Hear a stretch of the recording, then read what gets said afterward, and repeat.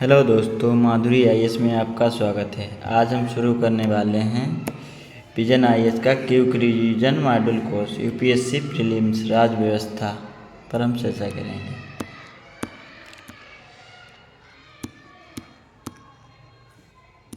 पहला टॉपिक है राज्य व्यवस्था की मूल आधारभूत अवधारणाएं। विषय सूची क्या है?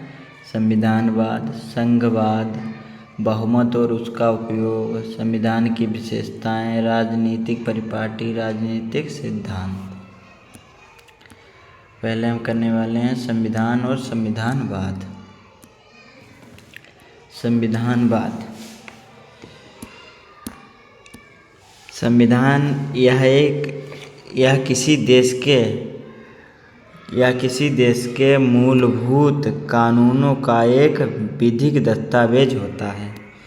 संविधान किसी देश के मूलभूत कानूनों का एक विधिक दस्तावेज होता है, यानी कि लिखित दस्तावेज होता है, और इसे एक सर्वोच्च कानूनी दर्जा प्राप्त होता है। और संविधानवाद क्या है? राज्य को मनमाने निर्णय लेने से रोकने के लिए राज्य की सामान्य शक्तियों पर लगाए गए आवश्यक प्रतिबंधों को संविधानवाद कहते हैं।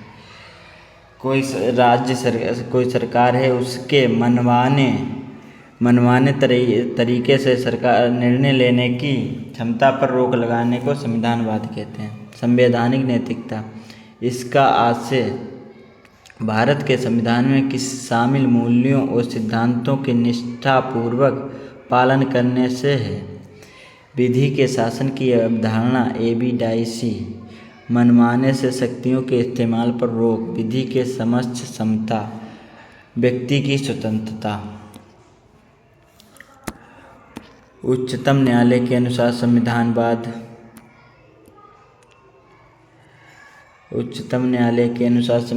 क्या है? रामेश्वर प्रसाद वाद, संविधान तानाशाही के बजाय विधि के शासन पर आधारित है। इसके तहत व्यक्तिनिष्ठ सब्जेक्टिव स्पष्टीकरण पर कोई स्थान नहीं होता है। इसके बजाय स्वयं संविधान में लिखित वस्तुनिष्ठ उपबंध कार्य करते हैं। आईआर कोहेलोवाद ने कहा है, संविधानवाद एक कानूनी सिद्धांत है। इसके तहत सरकार द्वारा प्रयोग की जाने वाली शक्तियों पर नियंत्रण रखा जाता है ताकि लोकतांत्रिक सिद्धांतों के उल्लंघन को रोका जा सके। रामेश्वर प्रसादवाद के द्वारा संविधानवाद तानाशाही के बजाय विधि के शासन पर आधारित होता है। संविधानवाद का तानाशाही पर नहीं, विधि के शासन पर। इसके तहत व्यक्ति विशिष्ट को स्पष्टीकरण का कोई स्थान नहीं होता। इसके बजाय स्वयं संविधान में लिखित वस्तुनिष्ठ उपबंध सर्वोच्च होते हैं। संविधान में जो अनुच्छेद कानून दिए हैं वो उपबंध सर्वोच्च होते हैं। और ईआर कोहले के अनुसार संविधानवाद एक कानूनी सिद्धांत है। संविधान द लॉ, कानून है संविधानवाद। इसके तहत सरकार द्वारा प्रयोग की जाने वाली शक्तियों पर नियंत्रण रखता। संविधान के द्वारा सरकार पर नियंत्रण रखा जाता है कि लोकतंत्र रूप से चुनी गई सरकार तानाशाही ना हो जाए। संविधानवाद इस पर रोक लगाता है तानाशाही के ना होने पे, ताकि लोकतांत्रिक सिद्धांतों का उल्लंघन रोका सके।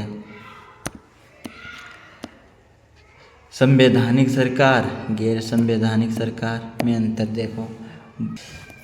सरकार का चयन लोगों द्वारा चुनाव प्रक्रिया के माध्यम से किया जाता है। संवैधानिक सरकार का चयन लोगों द्वारा चुनाव की प्रक्रिया के माध्यम से किया जाता है। जैसे के राज्यों में सीएम का चुनाव को लेकर विधानसभा का चुनाव होता है। विधानसभा के चुनाव से विधायक एमएलए चुने जाते हैं, और एमएलए जनता के प्रतिनिधि होते हैं, और वे जनता के प्रतिनिधि होने के नाते अब एक राज्य का सीएम चुनते हैं। और उसी प्रकार केंद्र सरकार चुनने के लिए लोकसभा का चुनाव होता है, और एमपी जनता के द्वारा एमपी चुने जाते हैं, और एमपी मिलकर देश के प्रधानमंत्री का चुनाव करते हैं। और गैर संवैधानिक सरकार हो तो कोई चुनाव नहीं।